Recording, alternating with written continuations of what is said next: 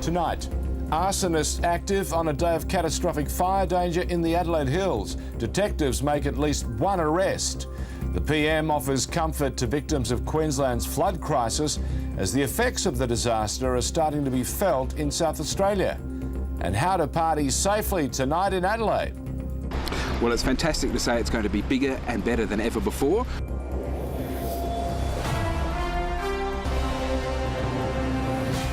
News at 5 with George Danikian. Also tonight, cars confiscated in a blitz on beach hoons and a push to stop smokers in Rundle Mall. And later, the music world mourns Bobby Farrell of Boney M fame after his sudden death in a hotel room. That story later.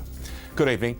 An arsonist is being blamed for at least one of more than 20 bushfires on the state's most dangerous fire days so far this season. With catastrophic warnings being issued for much of the state, quick responses from firefighters have... Let's look at sport, and with the Australian cricket team struggling, it's probably not the best time to take over as captain.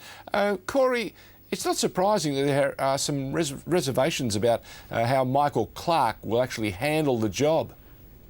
It would be tough enough leading Australia against the upbeat English if you're in good form, George, but sadly for Clarke, he's battling with the bat. He does, however, have full support of his teammates. More on the fifth test later. Plus, he says he's worked harder than anyone over the past 2 months, but will that bring success for Leighton Hewitt this summer? And the Crows refuse to rest as they move to secure the future of one of their young stars. All that and a wrap-up of the year in South Australian sport later in the bulletin.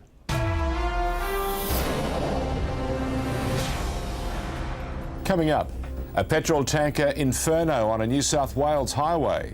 Widespread political fury over an extended jail sentence for the Russian oil tycoon Mikhail Khodorkovsky. And Buckingham Palace announces the birth of the Queen's first great-grandchild. Up next, aerial patrols spotting plenty of sharks along Adelaide beaches.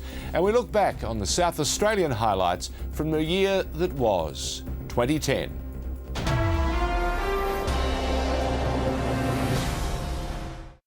It's probably true to say that I've gotten away with asking just one question for a long time. Why? I actually think it's the best question that any journalist can ask. It's the one that people ask least. 6 p.m. with George Negus will take more time to go into things properly. There'll be fewer stories, but more depth. And I'm really looking forward to working with who I know are a very talented bunch of younger journalists. People like Hugh Remington and Hamish McDonald. I've got the experience, hopefully, and I know they've got the energy. So we'll learn from each other.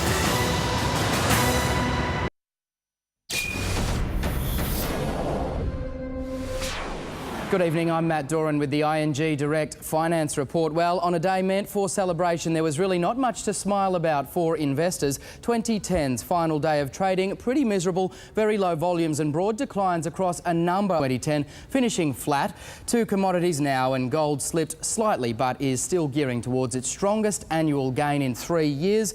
And that is the day, indeed the year, in finance. Thank you, Matt. For South Australia's government, 2010 has been a year to forget. For our river communities, it's finally brought some glimmer of hope. Fiona Clarke reports on the events that have shocked, enthralled and even shaped our state as the decade draws to a close. Good evening.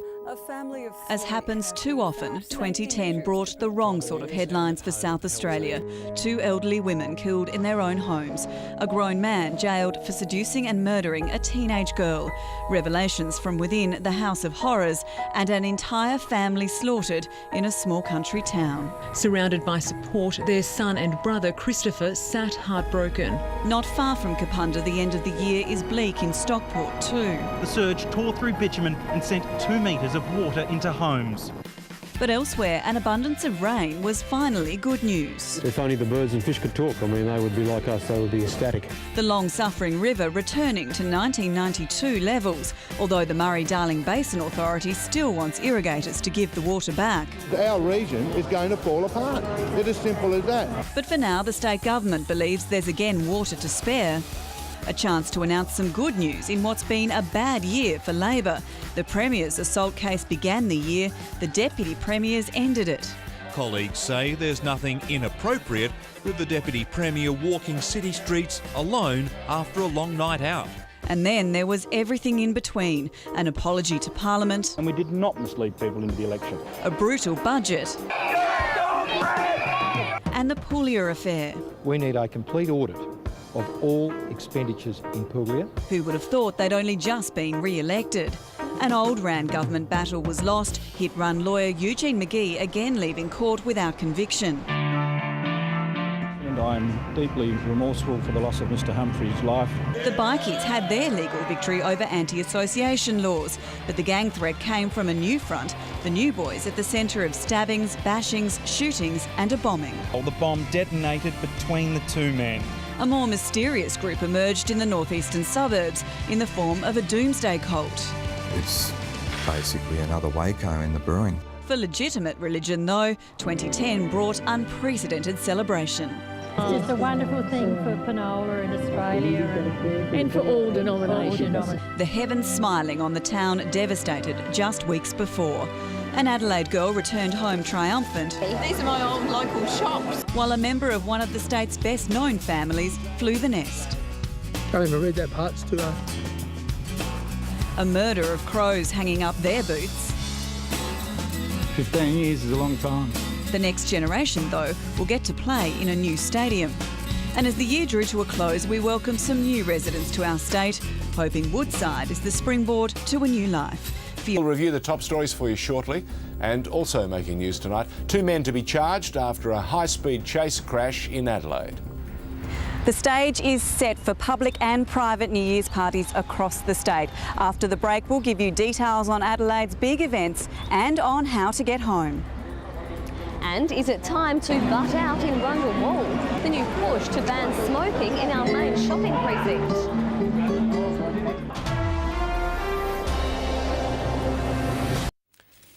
Checking our top stories. Forced evacuations are underway in Rockhampton, while residents in the isolated town of Emerald are currently facing a dire situation as Queensland's flood crisis continues to escalate.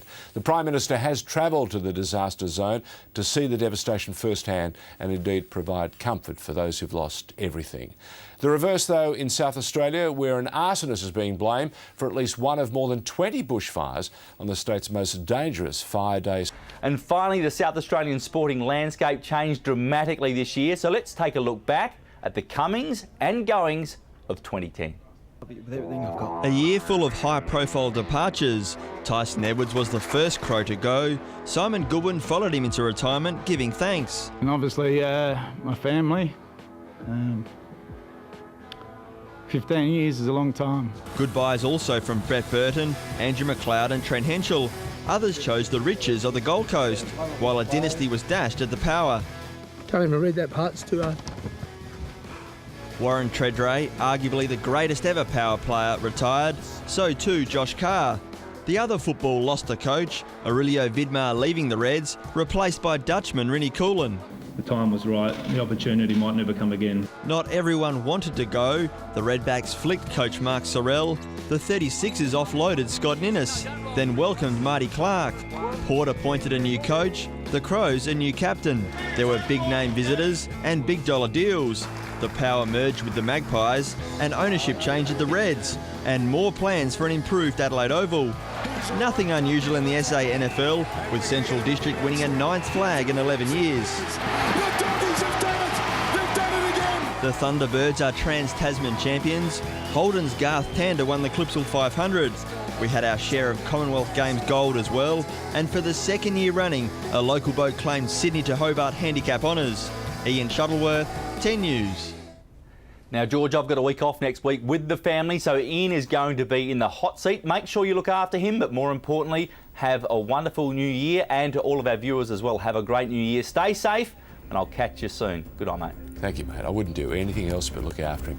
Kate Freevan will have all the weather, the holiday weather details in just a moment for you. And guess what? Yep, we're going to check out the top surfing spots for the next 48 hours.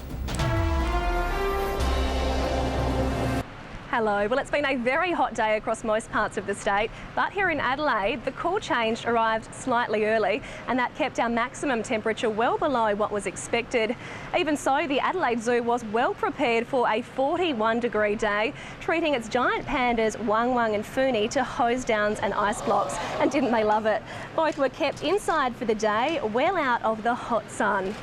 Adelaide's top today reached 36.9 degrees at 11 this morning, which was just before that cool change started to move through.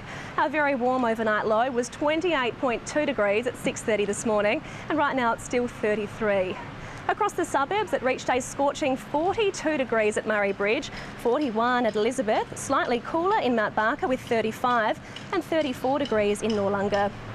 Around the state, maximum temperatures range from 20 degrees at Neptune Island to a sweltering 45 degrees at Port Augusta and Whyalla. Interstate, it reached a very hot 40 degrees in Melbourne, while Hobart only managed a cool 23 degrees. Looking at the satellite photos, skies are remaining virtually cloud-free right across our state. And tomorrow, the greatest chance of rain is in Broome.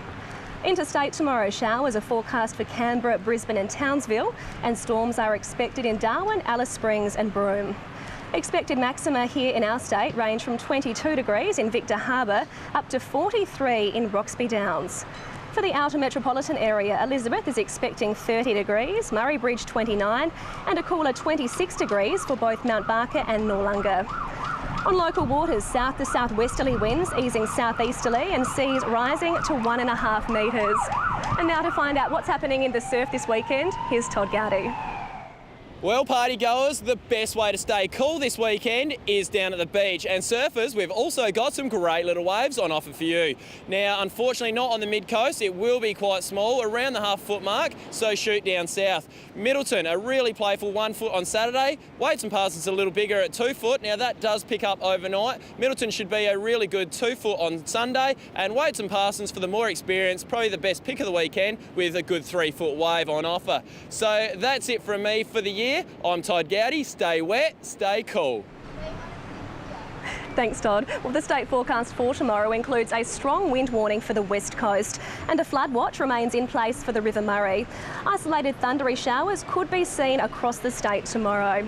Looking at Adelaide now, it will be a partly cloudy day, down to 17 degrees tonight, then a top tomorrow of 30 degrees. Looking ahead, a slightly cooler day on Sunday with a top of 25. Then for the start of next week, we'll see fine and sunny days with temperatures sneaking back towards the 30s. And this time next week, we could even see some showers. So if you are planning on heading here to Elder Park for tonight's New Year's Eve celebrations, the party gets started at 7:30 and there are already people starting to arrive. There'll also be fireworks displays at Brighton, Glenelg and Victor Harbour. So I'd like to wish everybody a happy New Year, a happy and safe New Year. And George, I'll see you next year. It should be a good night. Yes. I trust you have a great time and thanks for all your help. The Queen, we're running out of time. The new year is almost upon us. Enjoy your New Year's Eve. Good night. Michael Clark couldn't disguise his anguish. I've no comments, sorry guys. I'm quite capable of winning this ballot tomorrow. They are a good team, led by a good Prime Minister. But everything was going up in the air like tissue paper.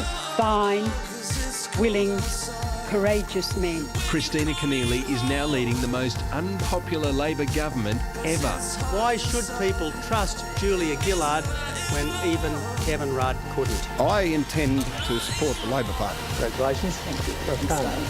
I just wanted to be treated with respect. Newton's accused of repeatedly assaulting Miss Taylor. Australia had its first Catholic saint. I was unfaithful. I cheated. Thank you. A young couple who will one day be king and queen. This is the equivalent of opening the Stasi archives. There's another explosion underground in the mine. It is our belief that no one has survived.